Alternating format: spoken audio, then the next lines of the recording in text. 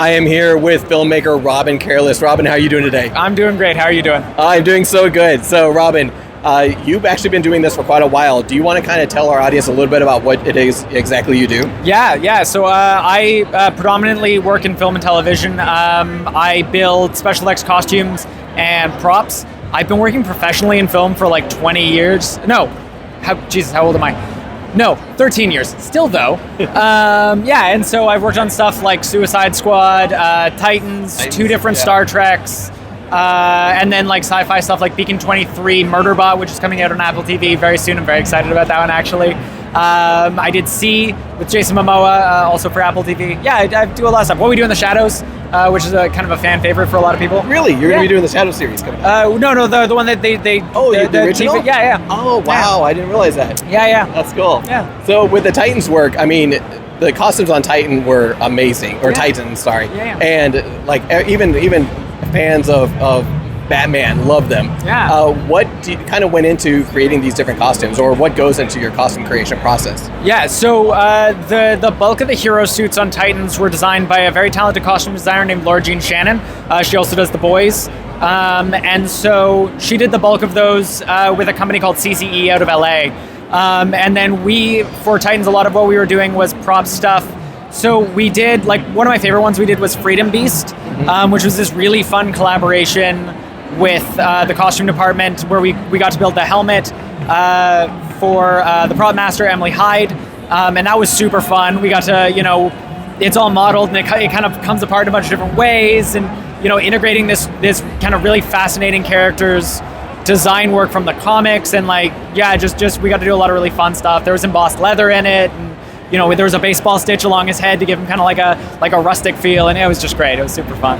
There are so many different creative people out there who would love to go down the route that you've gone down. Would you like to tell us a little bit about how you started off your career path? Oh yeah, so it's sort of confusing how I originally started making costumes for theater, and I ended up meeting a costume designer by the name of Alex Kavanaugh, who she designed Reap of the Dramatic Opera. She designed 2 of the Ginger Snaps movies, most of the Saw films. Very talented woman, and she really took me under her wing and mentored me.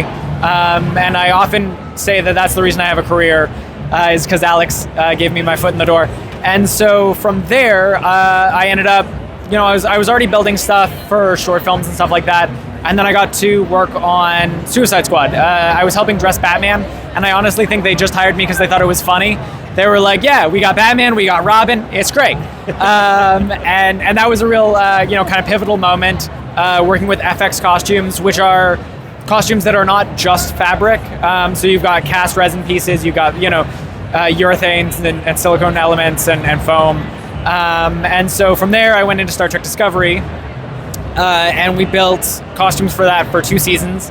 Myself and my 2 people who would become my business partners, Ian Campbell and Jen Burton, and we started our own company. And that's led into doing a lot more prop work, because counterintuitively in film, masks are a prop, belts are a prop, anything on the body is a costume. And so we end up fitting the Venn diagram of covering both elements. And so we have a company doing that, and so we build for all sorts of shows, kind of as a third-party freelance element, which gives us a lot of freedom, which is nice. Yeah. Well, your company, I mean, you guys don't just do the resin base, but you also do all the painting and things like that. Is that correct? Oh yeah. We do everything from traditional sculpting to 3D sculpting. We have a full sewing element to it, so we can do everything from the base layers straight on through to armor pieces and custom made masks. We do wet molded leather and all sorts of stuff. So there's very little we don't do, and then we'll also do the painting and the breakdown of it and sort of giving it life, which is my favorite part. Well, are there any favorite pieces? I see you brought a few things out with you today, but do you have anything that's your favorite that you've worked on? So my favorite, overarchingly, there's 2 pieces. They're both armor, because that's sort of my favorite thing. One is we did the God armor in American Gods Season 3 for both Odin and Tyr. I'm blanking on the Tyr actor's name, but Odin was played by Ian McShane, which was just so cool to do. Yeah. And that was just a piece I'm really proud of.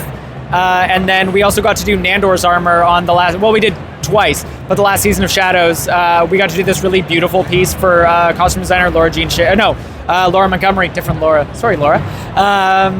And that was really beautiful because there's a bunch of Farsi written on it, and we got, you don't want to get that wrong, and we got proper like a Farsi translator to come in and give us. So like if you speak Farsi, it says like Nandor is the greatest, and his hair is so pretty, and his horse is cool, and like we got to like put jokes in just for the non-English speaking audience, and that was really fun.